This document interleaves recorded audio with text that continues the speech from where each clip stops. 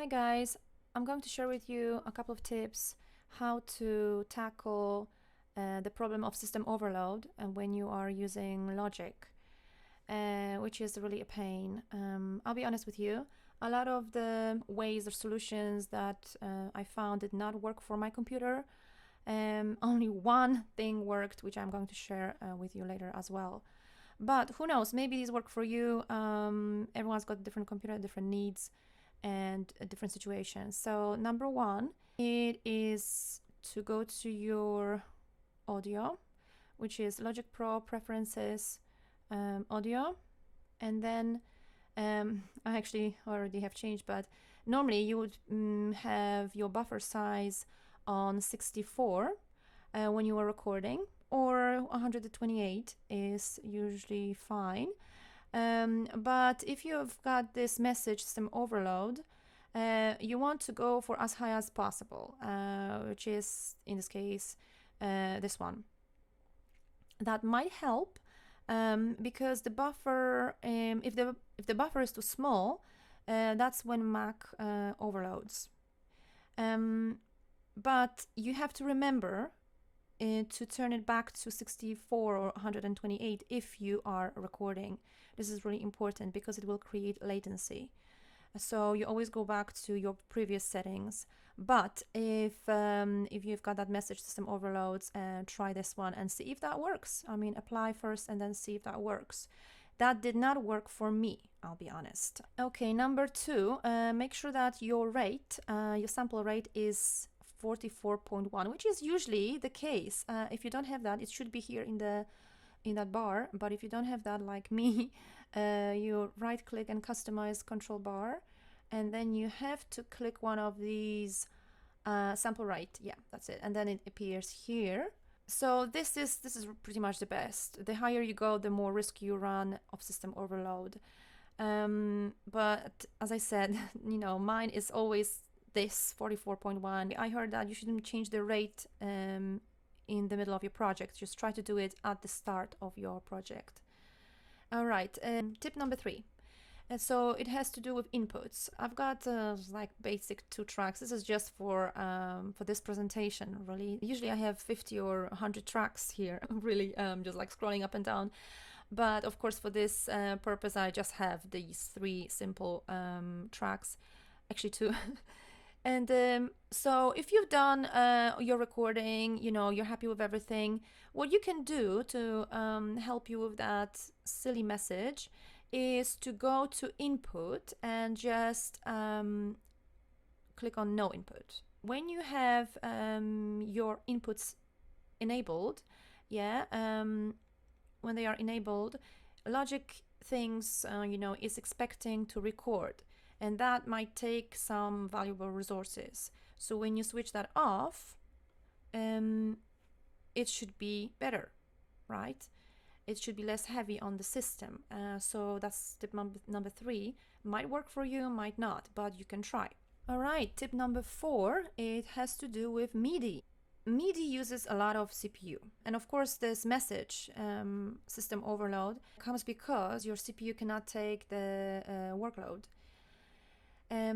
So what you want to do with this one is 2 things you can do actually. You can either bounce this track in place, which will create an audio track. So if you right click and then you, for example, click bounce in place, then you can name it the way you want it and so on. That's that. An audio track uses less CPU power. And then you can, if you're happy with that, of course, if you're happy with that, you can delete your MIDI track because, you know, you've got some processing here, some sounds and that are applied to these notes. And when you have audio, it's just so much less in there. So that's one thing you could do if you're happy. Of course, you know, with audio, you cannot change the notes. So make sure that you have it saved somewhere, you've exported your MIDI somewhere, or just you're happy with it and you know you're not going to change anything, and then you can delete your track, right? Click on delete. especially if you have a lot of these MIDI tracks in your project. That might have an effect on your system. So that's one thing you could do.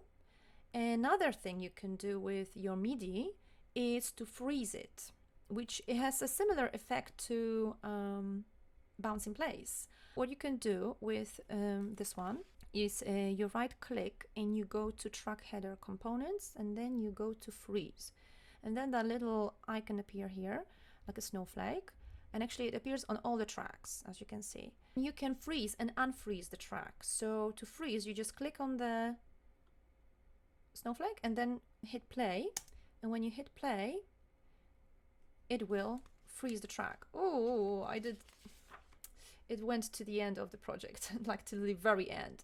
As you can see now, you're not able to change the inserts. That's the thing. When you freeze the track, you won't be able to do that. It's just frozen as it was before, right? And you cannot change the MIDI data. You know, if I wanted to go to this editor and start changing things around, and this message would come up: current track is frozen. Do you want to unfreeze it? Then you can unfreeze it, and then you can start changing things again if you wanted to. So this is actually pretty useful because of this option to freeze and unfreeze. If you want to change things, you can still change in the editor. You can unfreeze and change, and look, now you've got access to your instruments and your inserts. You can change the data if you want it, you know, go up and down, whatever.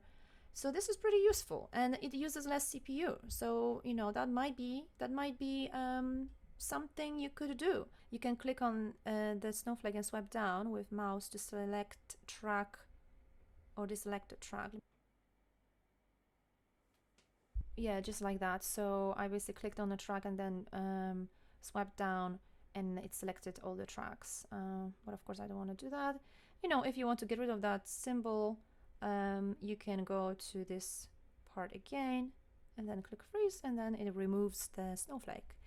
So that's one thing.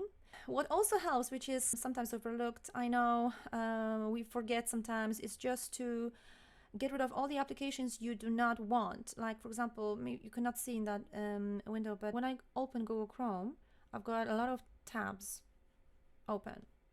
That might have an effect on your work as well, because obviously it's a lot of things going on at the same time. And then you cannot see again because it's the icons are hidden, but I've got my video editor open, DaVinci Resolve, and some other things. And you know, if you have like 20 tracks here, or 50 or 100, it might take a toll on your project. So make sure that you close anything you do not need. But you know what? My problem was not solved. Even when I deleted everything, you know, closed everything, all the applications, I did all those steps, and it still did not work for me. Do you know what worked for me? I'm going to share with you that now. It's really frustrating when nothing works and you're just left alone with your problem. So for me, I close it. For me, this fella is the problem. This one is the problem. Because I'm using a couple of SSDs, right? I'm using Samsung and another Samsung, and then I'm using my passport. This one is just for storing really my files, because it's not the best when it comes to, like, let's say, working on videos, or if I work on music and I open the project from this external drive, that's when my problems start to appear, I've noticed. So this was really a breakthrough. I don't know, I found it somewhere, or someone told me, mentioned something. And when I actually switched to Samsung SSD T7, oh my gosh, the difference was incredible. Do you know what? I could literally have, if I have my huge projects open here with like loads of tracks and MIDI and whatnot, I would have Google Chrome open in the background with 20 tabs, and sometimes my DaVinci Resolve editor and some other things running, and it would still work fine. It was incredible, because what I found out was that my WD passport, runs at 5,400 RPM, which is rotation per minute. And that is not very good. That's not very good when you want to work on videos or music, when you do some heavy editing and production. And Samsung T7 runs at 7,200 RPM rotation per minute. When I actually close my project that I opened before from WD My Passport, and I opened it from the Samsung SSD, I did not have any issues. I did not have any issues, believe me or not. But for me, the SSD was the culprit, was the issue here.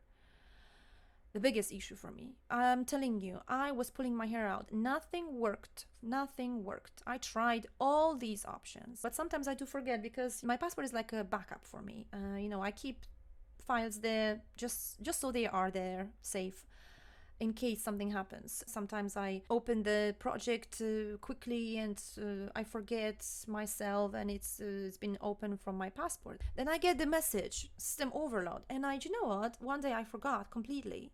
And I said, what is going on? System overload again. And I started researching this again. I'm like, this is not working. This is not working. Nothing is working. And then I opened my notebook with my notes, and there it was about my SSD. And then I said, wait a minute, let me check which external drive do I have this project on, the one I'm working on.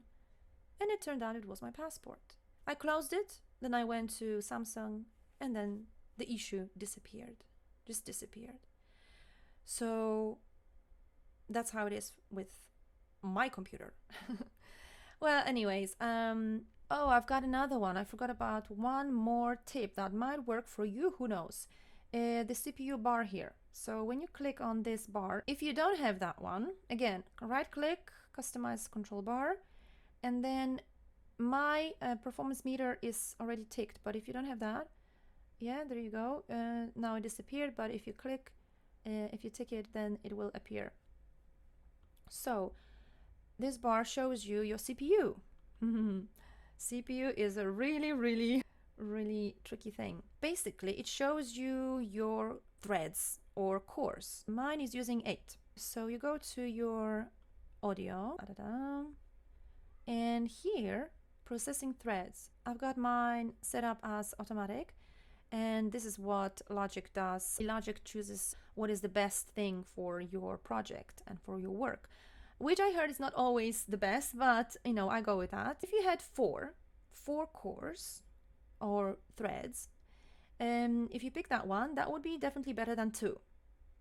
And what I also learned is that if you pick 4, then that means your Mac is going to run on 2 regular cores and 2 virtual cores, but the workload will be more spread out, like spread out evenly, more evenly than if you're using 2. If you're using 2 cores, so your Logic might be working better if you've got it set up on 4, but you won't be able to probably use your applications, other applications like Google and stuff, that well. But it works for Logic apparently. For me, Logic chooses 8. Let me show you 8 threads, which is 4 regular ones and 4 virtual ones, because my iMac has got 4 cores. I hope these tips will help you, and let me know which one works the best for you, and share some advice. Let me know how you're getting on with your Logic and system overload. That's it from me. Thank you for watching. Please like this video if you find it helpful and useful, and subscribe to my channel. There are some other videos there if you want to check it out. Take care, guys. Take care. Bye.